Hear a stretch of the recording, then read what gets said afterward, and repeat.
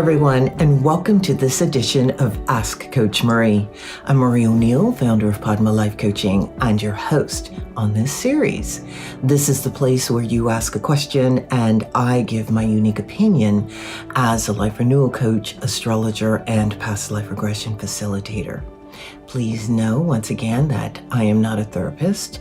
I will never tell you what you must do. Each week on Fridays, a new video is released with me answering 2 questions from the viewers. In addition to that, I talk about various other life renewal topics. Let's go ahead and get started with the questions for this week. Our first question comes from Teresa in Oklahoma City, Oklahoma. Teresa writes, while traveling in Europe, I heard about the evil eye and would like to know more. I was told that a person could send someone the evil eye. Do you know anything about this? Thank you for asking that question, Teresa.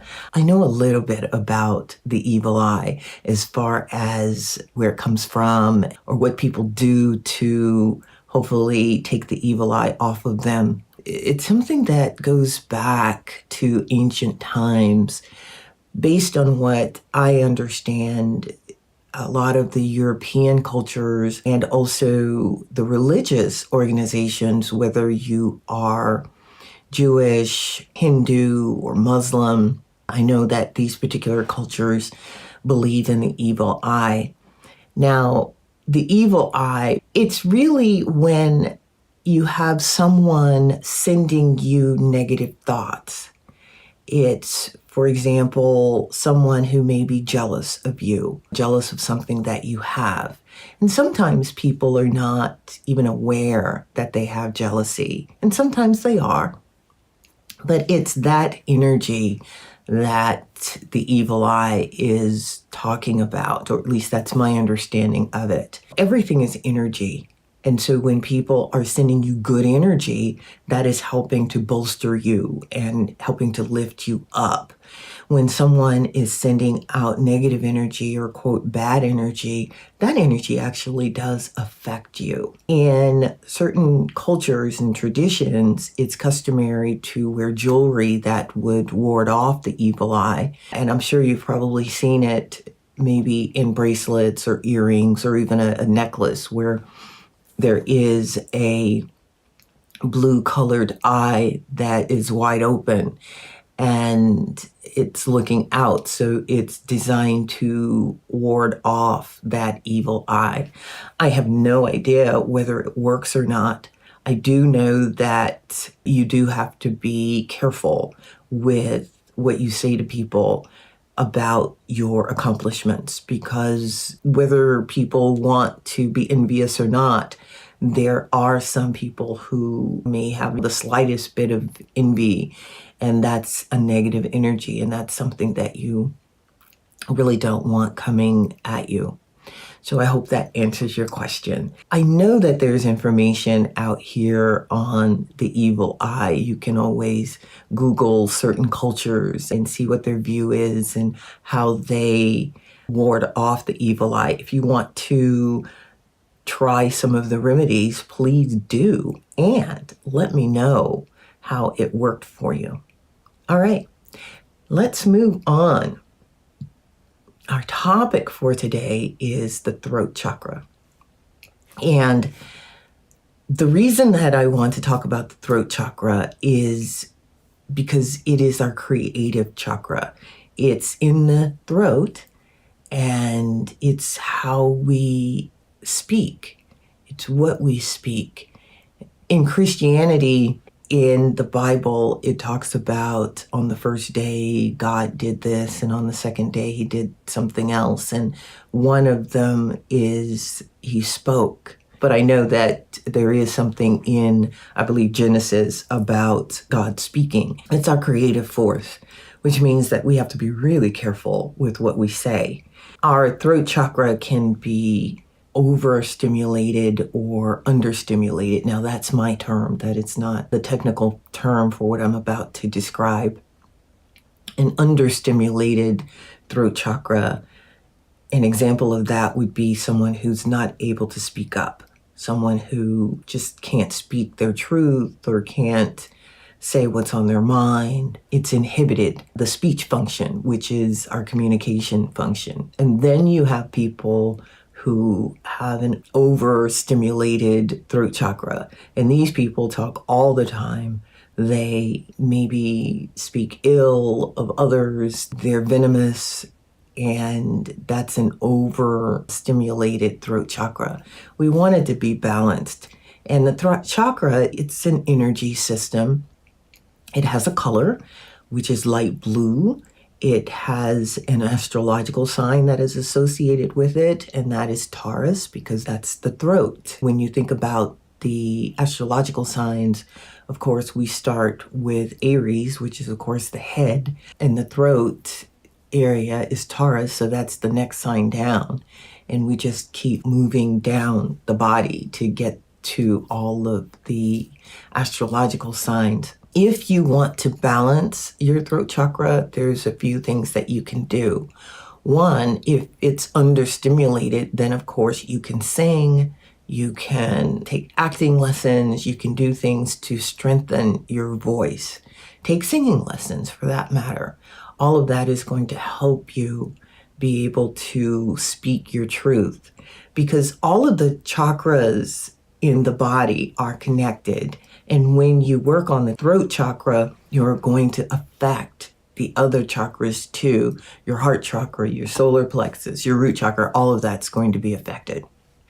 If you are overstimulated with that throat chakra, you really do need to be conscious, be aware of what you're saying and how you're saying it, because that's the creative center. This is the place where whatever it is we're creating is going out into the world, and it's going out into the world as energy. And what we want to create, we want it to be healthy and strong. So that's the throat chakra. All right, our next question for today comes from Manny, who is in Little Rock, Arkansas. Manny writes, I have been having intense dreams and wonder if there is a way to protect myself while sleeping.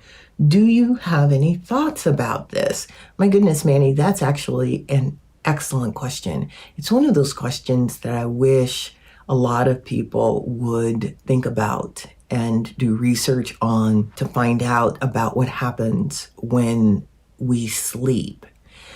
Yes, you do need to be able to protect yourself when you're sleeping. What happens when we sleep is our physical form is, of course, lying in bed, but there's a part of us, and it's usually kind of comatose, but there is a part of us that is out roaming the universe, maybe going to visit friends or visit guides or loved ones. How many times have you had dreams where people have shown up who you've known? There was a part of you outside of your body actually having that experience. We are vulnerable, really vulnerable, when we are in that particular state, when we're asleep. There's things that you can do to protect yourself. And of course, you want to do what is going to work for you. You can surround yourself in a bubble of light or a sphere of light as you go to bed, in a protective light, and infuse that light with protection. I sometimes will see a sphere of fire, rainbow color fire around the perimeter of my auric field. That can be protective. You can call on an animal for that matter. We have animals here, of course, in the physical form, and there's also the energy of those animals on the other side. And you can call to that energy and ask to be protected. For example, sometimes I call to the lion, the spirit of the lion, or the spirit of the bear, and ask for protection, ask to be protected from energies. You're not really asking for protection from anybody in this realm, but you're asking for protection from energies or entities that are on the other side who may wish you harm. So if you're asking the animal to be with you and protect you as you sleep from energies and entities that are contrary to you, they will do it. There's ways to do that, but the easiest way is to just call out to the animal and ask the animal to come. And the next morning, make sure you say thank you to the animal for actually helping you during the night. There's mantras you can say. You can always call to, if you're Christian, you can call to Archangel Michael. There's other protective angels available too. I am aware, of course, of Archangel Michael, and Archangel Michael will certainly protect you if you ask. If you are Buddhist, you can call to Tara or one of her emanations or talk to Guru Rinpoche. You can always, if you're Hindu, call on Kali. There's plenty of beings out here who will protect you, and all you need to do is call to them. There are also stones, minerals that can be protective. I do know of someone who has stones around her when she sleeps, and they're all programmed for protection. So there is that. You can wear jewelry. And because we live in a time when there's a lot of angry energy out here, and that energy is going everywhere. And whether you are aware of, say, somebody speaking ill of someone else, you're still affected by it because we are only one entity and we're just incarnating as separate entities, but we're really not. So we're affected by whatever is going on out here. Anyway, that's what I have to say about that. And I thank you. We've come to the end of the questions for this week. I appreciate everyone who has liked and subscribed to the YouTube channel. I appreciate all of you who send questions and who are here. So please send your questions, if you have any, to padmacoach@icloud.com. You can always email me to ask me questions. You can email me asking about services. And be sure, as I said, to like and subscribe to the YouTube channel. That's it for now. I will see you back here next week. Bye-bye.